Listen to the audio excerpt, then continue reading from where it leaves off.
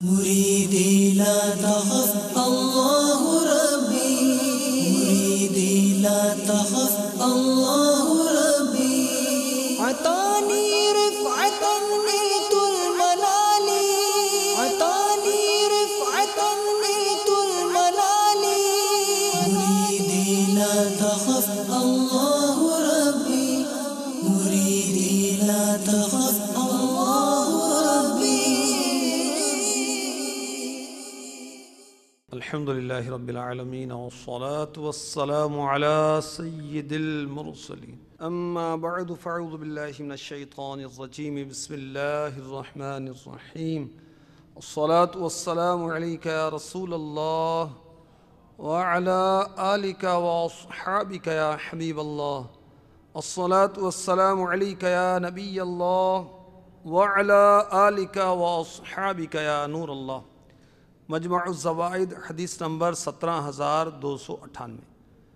اللہ عز و جل کے محبوب دانائی غیوب منزہ عن العیوب صلی اللہ تعالی علیہ وآلہ وسلم کا ارشاد مشکبار ہے، جس نے مجھ پر 100 مرتبہ درود پاک پڑھا، اللہ تعالیٰ اس کی دونوں آنکھوں کے درمیان لکھ دیتا ہے کہ یہ نفاق اور جہنم کی آگ سے آزاد ہے، اور اسے بروز قیامت شہداء کے ساتھ رکھے گا۔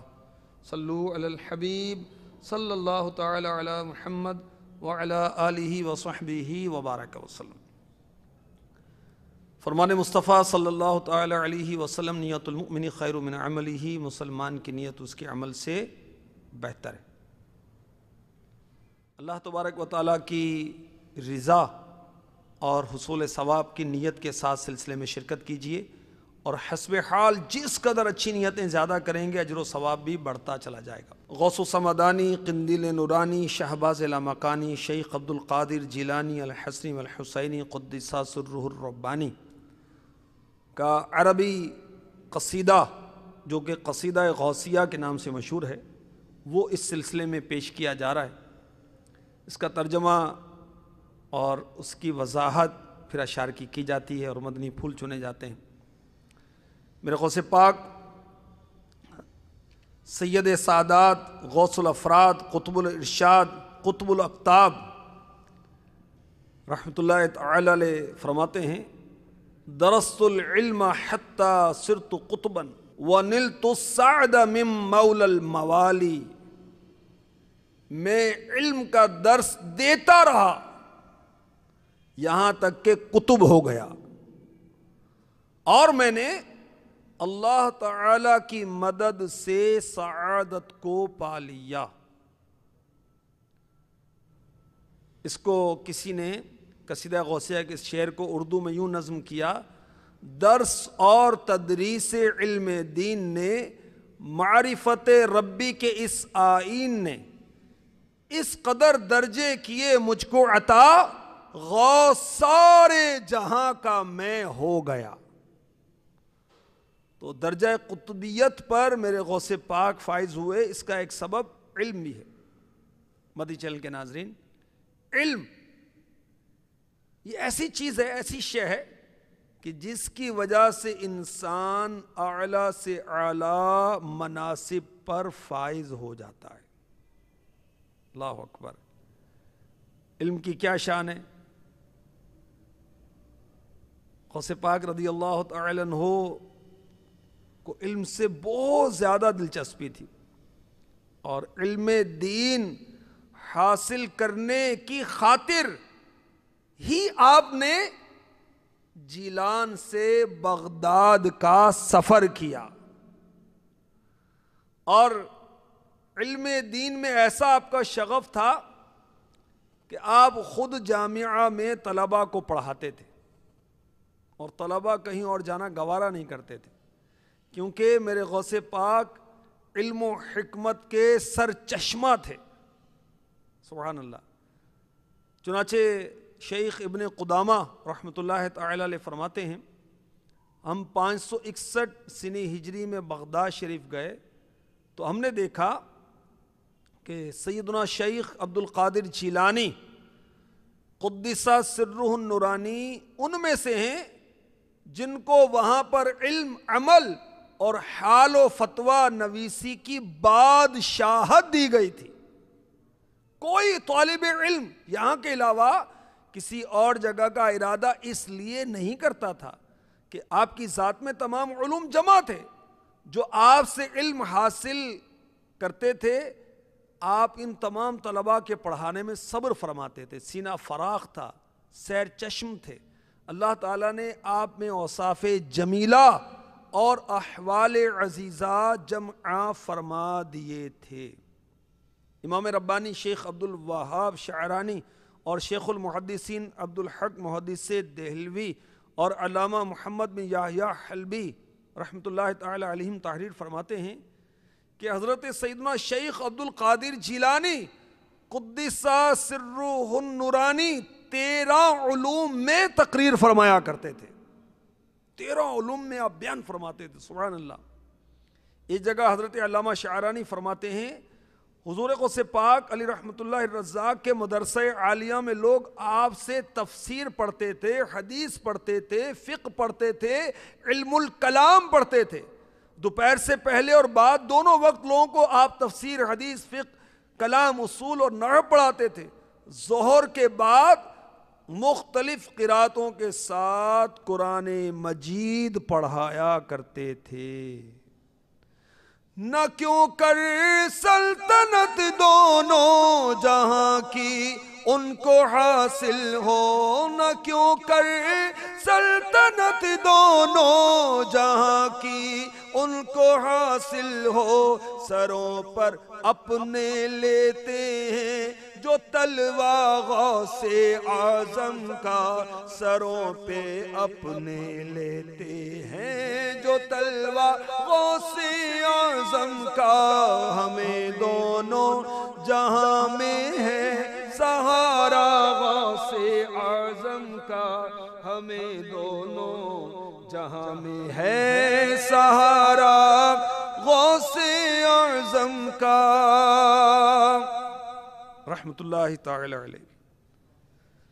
سیدی غوث اعظم علی رحمت اللہ الاکرم کتنے بڑے عالم تھے، سبحان اللہ۔ اس کی ایک اور جھلک ملاحظہ فرمائیں۔ حافظ ابو العباس احمد بن احمد بغدادی بند لجی رحمت اللہ علیہ نے صاحب بہجت الاسرار سے فرمایا کہ میں اور تمہارے والد ایک دن حضرت شیخ سید عبد القادر جیلانی رحمۃ اللہ تعالی علیہ کی مجلس میں حاضر ہوئے۔ آپ نے ایک آیت کی تفسیر میں ایک معنی بیان فرمایا، تو میں نے تمہارے والد سے کہا یہ معنی آپ جانتے ہیں؟ آپ نے فرمایا ہاں۔ پھر آپ نے ایک دوسرا معنی بیان فرمایا، تو میں نے دوبارہ تمہارے والد سے پوچھا کیا آپ اس معنی کو جانتے ہیں؟ انہوں نے فرمایا ہاں۔ پھر آپ نے ایک اور معنی فرمایا، تو میں نے تمہارے والد سے پھر پوچھا آپ اس کا معنی جانتے ہیں؟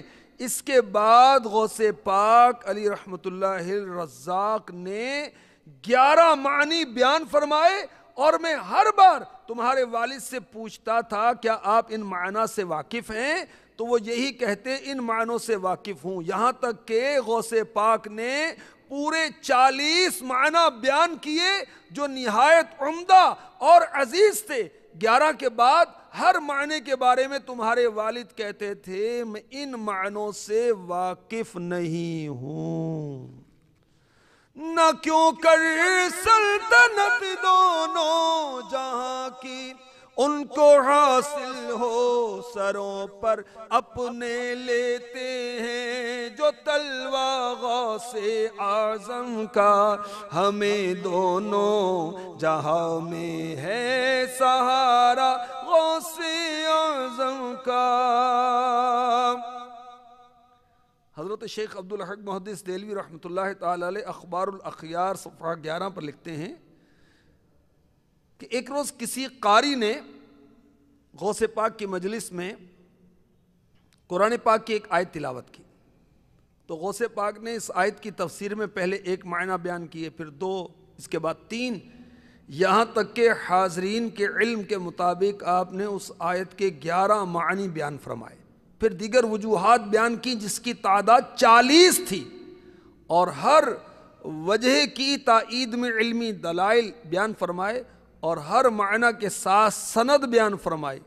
آپ کے علمی دلائل کی تفصیل سے سب حاضرین حیران ہو گئے۔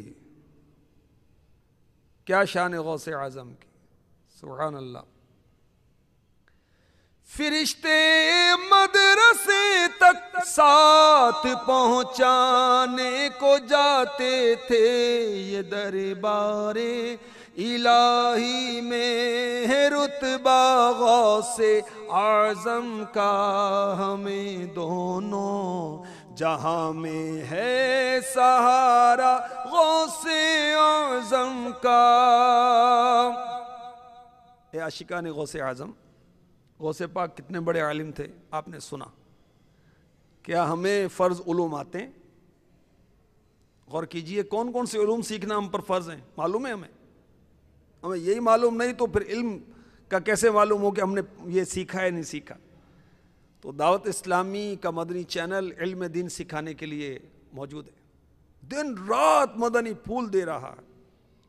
دعوت اسلامی کے مبلغین اپنی علم بھری صحبتیں دینے کے لیے تیار ہیں، مدنی قافلوں کے ذریعے سیکھ لیجئے علم۔ دعوت اسلامی کی ویب سائٹ کو وزٹ کیجئے، علم دین خوب حاصل کیجئے، کتنی کتابیں موجود ہیں، فری میں پڑھیے، فری میں اس کو ڈاؤن لوڈ کر لیجئے، فری میں اس کو پرنٹ آؤٹ بھی کر سکتے ہیں آپ۔ مکتبۃ المدینہ کی طرح طرح کی کتابیں موجود ہیں، کنز الایمان موجود ہے، قرآن پاک کا ترجمہ، تفسیر، حدیثوں کی کتابیں ہیں، اور دیگر کتنی کتب ہیں مکتبۃ المدینہ کی۔ علم دین سیکھنے کے ذرائع دعوت اسلامی کا ہفتہ وار اجتماع بھی ہے، علم دین سیکھنے کے ذرائع مدرسۃ المدینہ بالغان بھی ہے، اور بہت سارے ذرائع دعوت اسلامی نے فراہم کیے ہوئے ہیں، ان سے فائدہ اٹھائیں۔ اب غوث پاک سے عقیدت تو ہے، بہت اچھی بات ہے، غوث پاک تو اتنے بڑے عالم تھے اور علم دین سکھاتے تھے، اور ہم کیا سکھائیں گے؟ ہمیں نماز نہیں آتی، قرآن پاک دیکھ کر پڑھنا نہیں آتا، اور جو پڑھتے ہیں کچھ کا کچھ پڑھتے ہیں، حرف کو حرف سے بدل دیا جائے استغفر اللہ، تو بعض دفعہ ایسا بھی ہوتا ہے کہ معنی تبدیل ہو جاتے ہیں، کچھ کے کچھ بن جاتے ہیں، اس کی بھی سود نہیں ہے کہ کیا معنی بنے اور کیا اس کا وہ مطلب ہوا۔ اللہ اکبر۔ نماز بھی بعض معاملات میں پھر باطل ہو جاتی ہے، ختم ہو جاتی ہے، فاسد ہو جاتی ہے، نہیں ہوتی۔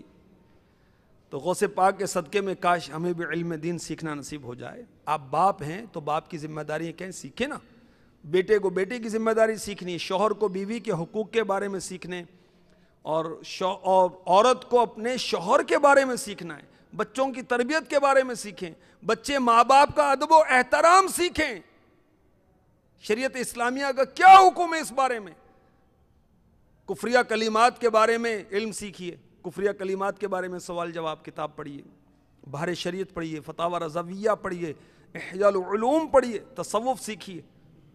اللہ ہمیں نصیب فرمائے غوث پاک کے صدقے ہم علم حاصل کرنے والے بن جائیں۔ غوث پاک رضی اللہ تعالی عنہ قصیدہ غوثیہ میں مزید فرماتے ہیں، رجالی فی حواجرہم صیام وفی ظلم اللیالی کاللآلی، میرے مرید موسم گرما میں روزہ رکھتے ہیں اور راتوں کی تاریکی میں عبادت کی روشنی سے موتیوں کی طرح چمکتے ہیں۔ کسی غوث پاک کے عاشق نے اس کو اردو میں یوں نظم کیا، میرے متبعین یعنی اتباع کرنے والے، فالوورز، میرے متبعین نیکوکار ہیں، عابد و مرتاز روزہ دار ہیں، رات کی تاریکیوں میں ذوق سے یاد کرتے ہیں خدا کو شوق سے۔ تو غوث پاک رضی اللہ تعالی عنہ اپنے مریدوں کی شان بیان فرما رہے ہیں۔ مرید تو ہر ولی کے ہوتے ہیں اور ان کے پیر و مرشد تربیت فرماتے ہیں، لیکن غوث پاک نے اپنی مریدوں کی تربیت کیا کی؟ سبحان اللہ، لوگ سردیوں میں روزہ رکھتے ہیں اور بہت سارے سردیوں میں بھی نہیں رکھتے، مگر غوث پاک کے مرید گرمی کے موسم میں بھی خوش دلی سے روزہ رکھتے ہیں، اور لوگ گرمی کے موسم میں بھی رات قیام نہیں کرتے، مگر غوث پاک اپنے مریدوں کی شان بیان کر رہے ہیں کہ وہ سردیوں کے موسم میں پوری رات قیام میں گزار دیتے ہیں۔ سبحان اللہ۔ تو جیسے غوث پاک افضل و اعلیٰ، تو غوث پاک کے مرید بھی دیگر پیروں کے مریدوں سے افضل و اعلیٰ۔ غوث کیسے تو مرید کیسے ہونے چاہیے؟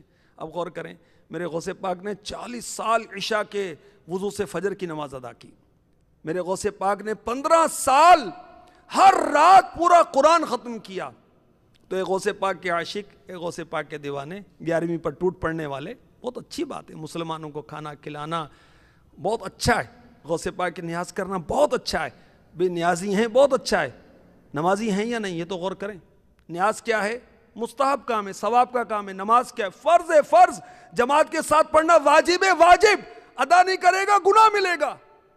نیاز نہیں کرے گا کوئی گناہ نہیں ہے. ہاں اگر نیاز کو کوئی حرام کہتا ہے، گناہ کہتا ہے، غلط کہتا ہے تو وہ غلط ہے، وہ گناہ گار ہوگا، کیونکہ اس نے شریعت پر افترا باندھا. شریعت نے اس کو ناجائز نہیں کہا. یہ تو بہت اچھا کام ہے، مسلمانوں کو کھلانا پلانا، ایصال ثواب کرنا اچھا کام ہے. تو ہمیں نیازی ہونا چاہیے مگر پہلے نمازی ہونا چاہیے. روزے غوث پاک جب دنیا میں تشریف لائے، 1 رمضان کو آپ کی ولادت ہوئی تو آپ نے آتے ہی روزہ رکھا، ماں کا دودھ نہیں پیا. غروب آفتاب کے بعد افطار فرمائی، اپنی امی جان کا دودھ پیا. اور یہ غوث پاک کے چاہنے والے غور تو کریں، نفلی روزے تو کیا رکھنے، رمضان کے روزے نہیں رکھتے. تو اللہ نصیب فرمائے.